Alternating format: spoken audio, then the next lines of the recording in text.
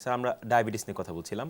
আমরা প্রায়শই একটি কথা শুনে থাকি যে গর্ভকালীন সময়ে মায়েদের একটি ডায়াবেটিস হয়, যেটাকে আমরা বলি জেস্টেশনাল ডায়াবেটিস মেলাইটাস। এই রোগটি আসলে কি? অনেক সময় দেখা যায় যে বাচ্চা প্রসবের পর অনেকেই এর থেকে মুক্তি লাভ করে, অনেকে আবার দীর্ঘকালীন সময়ের জন্য তার রোগটি আসলে থেকেই যায়, সে ডায়াবেটিসের রোগীই হয়ে যায়। এটি কিভাবে ব্যাখ্যা করবেন? খুব সুন্দর একটা প্রশ্ন করেছেন, সময় উপযোগী প্রশ্ন আমি বলবো। আমি বলি গর্ভকালীন অথবা গর্ভাবস্থাজনিত ডায়াবেটিস, বিশেষ করে ও সমস্ত মায়েদের যারা একটু মোটা, যাদের ফ্যামিলি হিস্ট্রি স্ট্রংলি পজিটিভ, মানে বাবা পরিবারে মা কারো আছে? ভাই বোন পরিবারের কারো ডায়াবেটিস আছে, যাদের আগের ব্যাড অবস্টেটিক হিস্ট্রি বলে একটা কথা আছে, বারবার যাদের গর্ভপাত হয় বা প্রসবকালীন জটিলতা যেগুলো বা হয়ে থাকে। প্রসবকালীন জটিলতা, এ ধরনের মায়েদেরই গর্ভকালীন ডায়াবেটিস হওয়ার ঝুঁকি খুব বেশি। আর এই অবস্থাটা এমন যে ঠিকমতো যদি সে ডায়াবেটিসকে নিয়ন্ত্রণে না রাখা যায়, তাহলে মায়ের এবং গর্ভস্থ শিশুর ঝুঁকি অনেক গুণ বেড়ে যায়। আর গর্ভকালীন এই ডায়াবেটিসের কারণ হচ্ছে আমাদের যে প্যানক্রিয়াস থেকে ইনসুলিন নিঃসৃত হয়, গর্ভকালীন সময়ে সেই ইনসুলিনের এগেনস্টে তার বিপরীতে আরও অনেকগুলো হরমোনের মাত্রাও বেড়ে যায়, যার ফলে ইনসুলিন পুরোপুরি কাজ করতে পারে না। এবং সেই সময় মায়ের রক্তের গ্লুকোজকে নিয়ন্ত্রণে রাখার জন্য যদি তার ইনসুলিনের রিজার্ভ ভালো না থাকে প্যানক্রিয়াসে, তাহলে তার তখন ডায়াবেটিস ধরা পড়ে।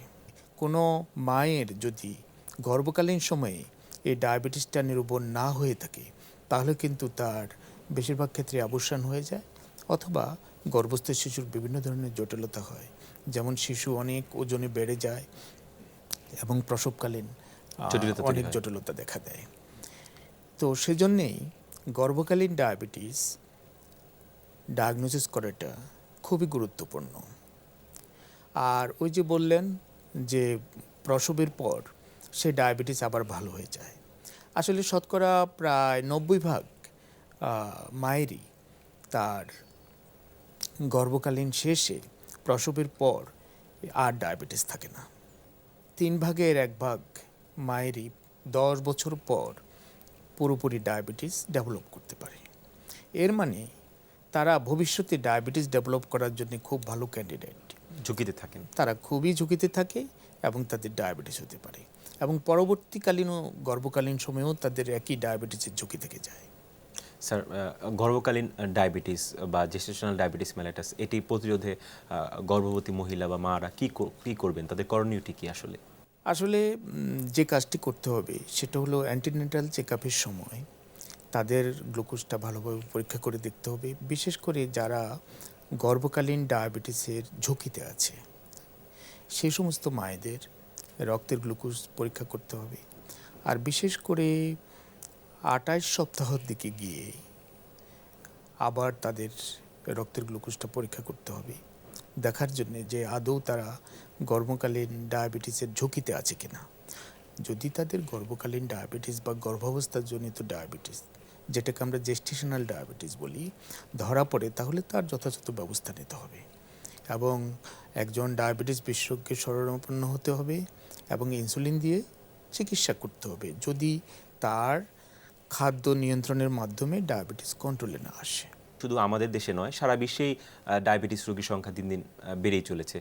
সেক্ষেত্রে আমাদের জীবনযাত্রার ধরন, যেটাকে আমরা লাইফস্টাইল বলি, বা আমাদের যে খাদ্যাভ্যাস সেটির ভূমিকা কতটুকু?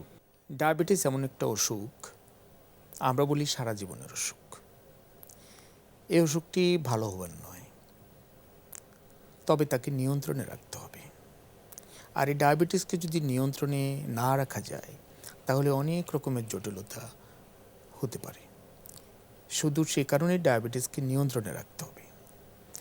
আর ডায়াবেটিসকে নিয়ন্ত্রণে রাখার সবচেয়ে বড় একটা ব্যাপার হলো লাইফস্টাইল মডিফিকেশন, জীবনযাত্রার ধরনের, যেটাকে আমরা বলি জীবনযাত্রার ধারা পরিবর্তন। বিশেষ করে যারা টাইপ 2 ডায়াবেটিস, তাদের এই লাইফস্টাইল মডিফিকেশনটা খুবই ইম্পর্টেন্ট। তাদের খাদ্যাভ্যাস, ফিজিক্যাল অ্যাক্টিভিটি, হাঁটা, শুধু হাঁটবে 30 মিনিট প্রতিদিন অন্তত কমের পক্ষে, আর সপ্তাহে প্রতিদিন যদি সম্ভব না হয় অন্তত 5 দিন। ডায়াবেটিস নিয়ন্ত্রণের প্রথম ধাপই হচ্ছে খাদ্য নিয়ন্ত্রণ। খাদ্য নিয়ন্ত্রণ কথাটার মানে এই নয় যে সে কম খাবে অথবা বেশি খাবে অথবা একেবারে খাবেই না, উপোস করবে, তা না। পরিমিত আকারে খেতে। পরিমাণ মতো খেতে হবে এবং সময় মতো খেতে হবে। ঠিক যতটুকু খাবার ক্যালোরি দৈনন্দিন তার প্রয়োজন, এবং সেটা হতে হবে সুষম খাদ্য, ব্যালেন্সড ফুড। তারপরই আসবে তার ব্যায়াম, যেটাকে আমরা বলি ফিজিক্যাল অ্যাক্টিভিটি। 3 নম্বরে গিয়ে আসবে ওষুধ, সেটা আমরা খাবার ওষুধই দেই অথবা ইনসুলিন, যাই দেই। তার ভূমিকা কিন্তু 3 নম্বরে, প্রথমে নয়। স্যার, একটু ভিন্ন প্রসঙ্গে আসি। আপনারা প্রায় একটা কথা বলে থাকেন যে প্রি ডায়াবেটিক বা যাদেরকে বলা হয়ে থাকে ইমপেয়ার্ড গ্লুকোজ টলারেন্ট, কাদেরকে আপনারা সাধারণত প্রি ডায়াবেটিক বলেন বা ইমপেয়ার্ড গ্লুকোজ টলারেন্ট বলেন?